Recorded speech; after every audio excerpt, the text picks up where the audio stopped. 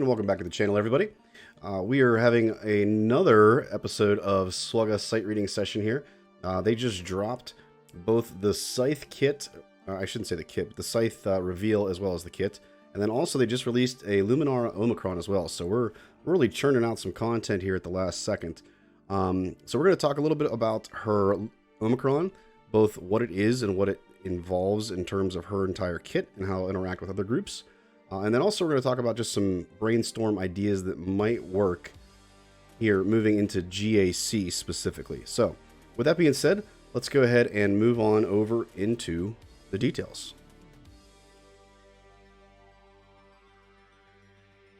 All right, so first and foremost, what we're going to do here is we're going to look at her kit itself, see what it is, see how it interacts with other groups of characters, whether it'll work in different venues, game modes, etc., etc. So her Omicron, first and foremost, is her special. Now there is no rework here. It says, while in Grand Arenas, dispel all debuffs on allies. So a mass cleanse. Allies gain tenacity up for 2 turns, and Luminara Unduli gains 50 speed for 2 turns. That's a significant bump. Stacks of heal over time gained from this ability trigger whenever any heal over time from this ability triggers. Let's read that again. Stacks of heal over time gained from this ability trigger whenever any heal over time from this ability triggers. A little complicated. Basically, she's going to be getting a ton of heal over times. Limit once per turn. And whenever they trigger, they also recover 20% protection. So you're going to be getting a ton of heal over time stacks, plus you're going to be getting a ton of protection recovery because of that. While allies have a stack of heal over time from this ability, they have 100% crit avoidance and are immune to turn meter reduction. That's the big one. Being immune to turn meter reduction is huge. If you guys think about, for instance, just some of the different teams, encounters, and things like that to Jedi, a lot of it involves turn meter reduction, and that's going to be a massive thing to help out the Jedi in different matchups. Whenever a stack of heal over time from this ability is dispelled, reduce the cooldown of this ability by 1. So basically what's going to happen here is whenever these get dispelled, which is going to be quite frequently, this ability is just going to constantly get spammed. It's going to constantly be available. It's not going to be on cooldown. She's going to be able to use it over and over and over and over again and constantly be spamming these heal over time abilities. Other allies with protection up can't gain these bonuses. That's big. So with protection up, that eliminates a couple of key people. One, that'll eliminate Jolie from the team. It'll eliminate Yoda. It will eliminate Bastila if you're using a Bastila lead in particular. So there's a lot of teams, unfortunately, that aren't going to, or I shouldn't say teams, a lot of characters that aren't going to work really well with her because of this clause right here with the protection up can't gain these bonuses. And these stacks of heal over time expire on other allies who gain protection up. So kind of just, again, a continuation of that idea. So in terms of us thinking about this, we're going to want a team where, you know, we want to be able to stack buffs. Stacking buffs is always a good thing. We want a team where there is no protection up involved in the process. So like I said, unfortunately, that's going to eliminate a lot of teams that you guys might think of. Notice that this is not really limited to any faction.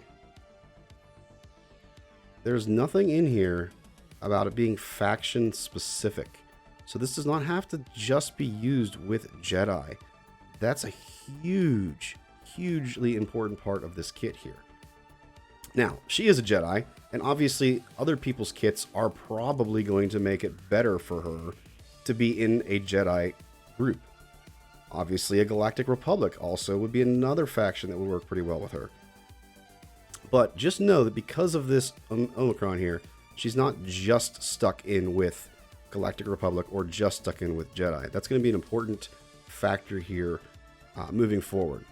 So, with that being said, let's go ahead and take a look at a couple of teams that immediately jump to mind for me that would be good for her to use. Number one thing I thought of, and I talked about this in the live stream, we were doing our GAC earlier, and we immediately saw this drop while we were in the middle of getting our GAC on, and I just read it real quick, and the first thing that popped into my head was, oh, this is going to be good under Qui-Gon. Really good under Qui-Gon. So, one, Qui-Gon teams, generally speaking, do not have protection up, at least not frequently. And that means that she is going to do very, very well in that setting. So that's the first thing I thought of. Now, I have 3 different teams here, just kind of variations on, you know, the basic core team of Jedi Knight, or of Qui-Gon Jinn. So with these teams, we have Qui-Gon Jinn in the lead, Jedi Knight Anakin in all of these teams. That is consistent. That's not going to change. What does change is Kai Adimudi, or Cam, Lumi, Mace, and Barriss. We kind of rotate between the 3 of them. So generally speaking, the team that I think of, first of all, that I would think is probably going to work best is this first team that you see here. Qui-Gon, Jedi Knight Anakin, Cam, Lumi, and Mace. It still gives you a tank to make it difficult to get to Qui-Gon / Jedi Knight Anakin. You get a ton of healing from Lumi, making it even more difficult to get rid of Qui-Gon Jinn. And then also, if anybody gets any kind of buff immunity up on Mace, she's going to dispel that constantly. Because remember, folks, this special is going to basically be always available. It's going to be constantly on cooldown. Or, sorry, not on cooldown, I should say. So she's going to be able to dispel her team just over and over and over and over again, because she's gaining so much speed and is being reduced so much because everyone is losing those heal ups or health protection ups, whatever those things are called. You remember what I'm talking about. So that's going to be huge. Second team you could think about using, you could again put in Barriss here, just to help kind of improve survivability. If you do this though, Cam becomes your number 1 tank essentially for this team. I don't think this is going to work best. Again, I think this first option is going to be a better choice to have, and then you can put Barriss over with somebody else. I would probably put Barriss with JML in that instance. But this is also a very viable option if you want something, especially on the offensive side of things.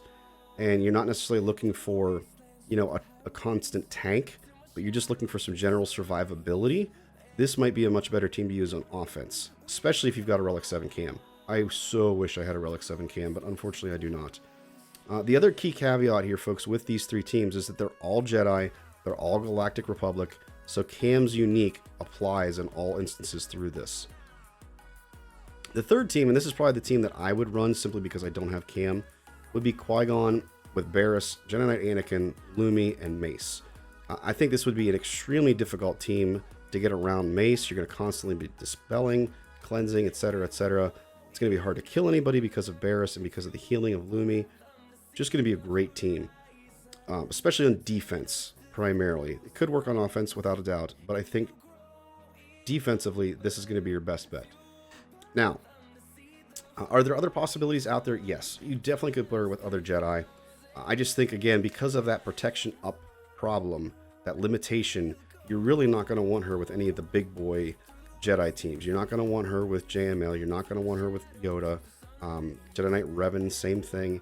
All of those characters are pretty much out the window because of who they associate with and the protection up that comes from those characters. If you guys have any other 5v5 ideas that you think would work really well, let me know. Like I said, this is just something that I kind of threw together here at the last second since they dropped that on us real quick. Just what came to my mind first thing right away. If you've got any other ideas or brainstorming ideas that you think would work better or would work well, leave a comment down below, let me know.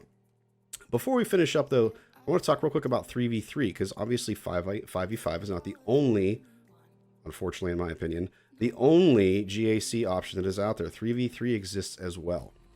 Now you can see I do not obviously have this team available, but it would work very well. You have Starkiller, you have a Sith, and you have a Jedi. Lumi is going to work extremely well in this team because of Savage. So remember, folks, her Omicron is not just limited to Jedi. It can be used with other factions, other characters as well. And her stacking those heal over times with Savage stacking heal over times, that's going to work really, really well. He is going to be so thick, so tanky, and constantly heal up. You're just not going to be able to get through him. He's going to constantly take turns. She's going to constantly get speed. And Starkiller is going to constantly assist. Like, this is just going to be a just nasty team in 3v3. Absolutely nasty. I would probably, at this point, I'm pretty far away. You can see my Lumi is not at all ready. But I would definitely consider getting her up into relics. Mostly because my cam, unfortunately, is going to take a while. It's fact of the matter. But this would give me a solid substitution in the meantime. And then also, if you get Starkiller, unlike me, it becomes a great 3v3 team as well. Sounds like this could be a really cool Omicron. Lots of potential. It's really weird considering it's just a special that there's not more that's going to come about from it. Her basic didn't get changed. Unique didn't get changed. Any of that stuff. It was just... Actually, she doesn't have a unique. I take that back. It was just this special here that got changed. So, fairly limited, but it seems like it's going to have a pretty decent impact, especially in my opinion, on the Qui-Gon Jinn teams. Alright folks, like I said, this is a quick video. We're just kind of churning this out here real quick so you guys get a real brief update on my first thoughts on it. Like I said, if you think of anything that would work any better, or maybe that I didn't think of, feel free to leave a comment in the comments down below. If you guys are not familiar with the channel, make sure you guys leave a like and a subscribe and turn on notifications so you guys catch more content from me in the future. Alright everybody, catch you next time.